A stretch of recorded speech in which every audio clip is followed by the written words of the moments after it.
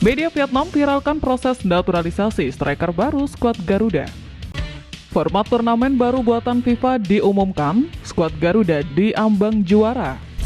Piala AFF dan FIFA ASEAN Cup jadi ajang pembuktian John Hartman. Simak informasi selengkapnya sebagai berikut.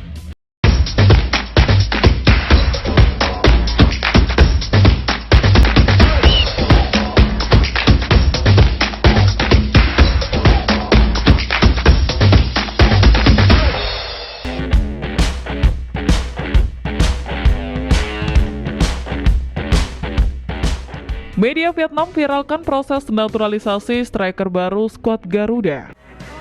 Media Vietnam nampaknya belum bisa tidur nyenyak selama PSSI masih terus bergerilya di pasar internasional. Fokus mereka kini tertuju pada manuver senyap skuad Garuda yang sedang membidik mesin gol baru untuk memperdalam kekuatan lini serang.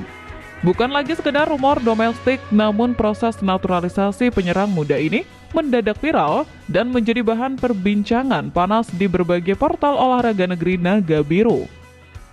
Perlu diketahui sebelumnya, kebijakan naturalisasi yang masif dilakukan oleh PSSI untuk menambah kekuatan di Timnas Indonesia terus menjadi buah bibir di kawasan Asia Tenggara.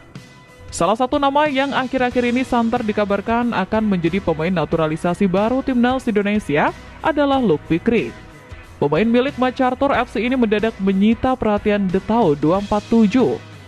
Media Vietnam tersebut menilai langkah PSSI memburu Fikri adalah bukti ambisi besar Indonesia untuk naik level di kancah internasional. Lahir di Hawaii dari ibu berdarah Indonesia dan ayah warga negara Australia, Fikri sebenarnya memiliki 3 opsi tim nasional. Namun, media Vietnam menyoroti kecenderungan sang pemain yang lebih memilih Garuda sebagai pelabuhan karir internasionalnya. Pemain berusia 20 tahun ini telah memutuskan untuk memilih Indonesia sebagai tujuan karir internasionalnya. Sebuah pertanda positif bagi sepak bola Indonesia dalam strategi pemanfaatan pemain asing. Tulis The Tau 247. Secara statistik, pemuda berusia 20 tahun ini bukan pemain kaleng-kaleng. Dengan koleksi 21 penampilan, 4 gol, dan 1 assist di A-League, serta pengalaman membela Australia U19, Fikri dianggap mampu membawa perspektif baru bagi daya dobrak timnas.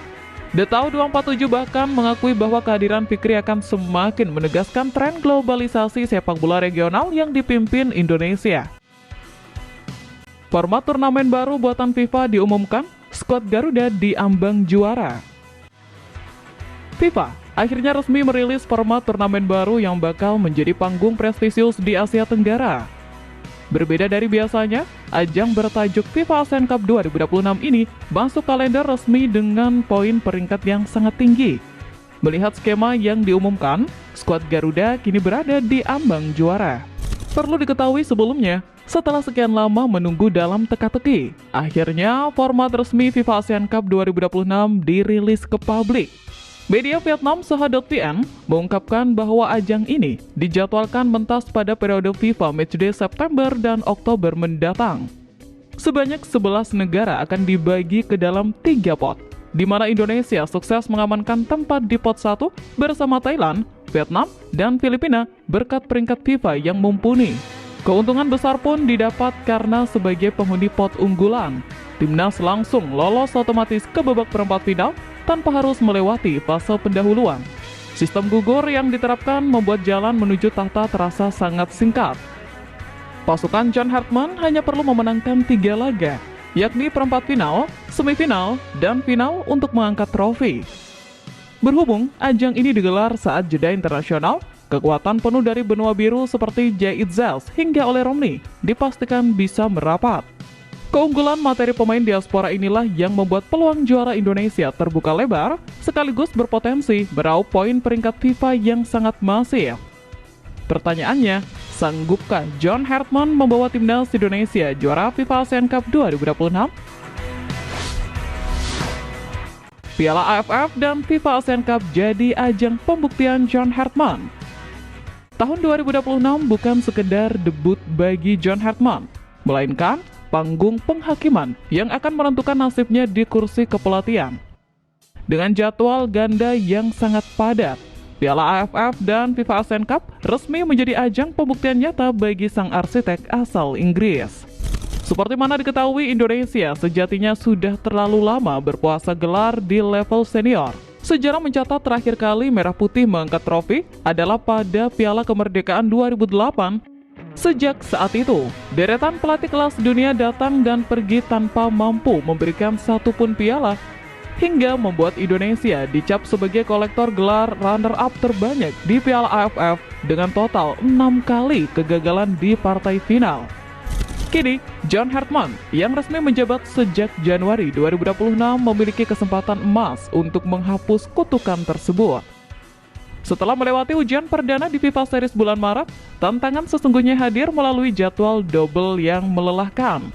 Dimulai dari Asian Cup garapan AFF pada Juli mendatang, hingga agenda baru besutan FIFA yang jaraknya tak sampai sebulan dari partai final turnamen sebelumnya.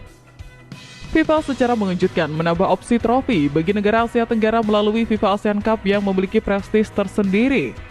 Jika Hartman mampu menyapu bersih kedua trofi tersebut dalam tahun debutnya, ia tidak hanya akan menulis ulang sejarah sepak bola kita, tetapi juga mengukuhkan namanya sebagai pahlawan baru di hati jutaan supporter Indonesia. Ex-wakil Presiden VFF puji kualitas pemain Eropa Timnas Indonesia.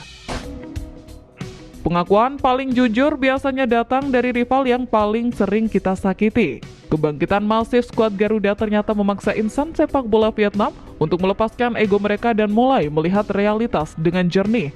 Ex-wakil Presiden VFF secara terbuka memberikan pujian setinggi langit terhadap kualitas pemain diaspora Timnas Indonesia. Seperti mana diketahui, Indonesia kini berdiri tegak sebagai satu-satunya wakil ASEAN di putaran ketiga kualifikasi Piala Dunia 2026, sekaligus mengunci tiket Piala Asia 2027.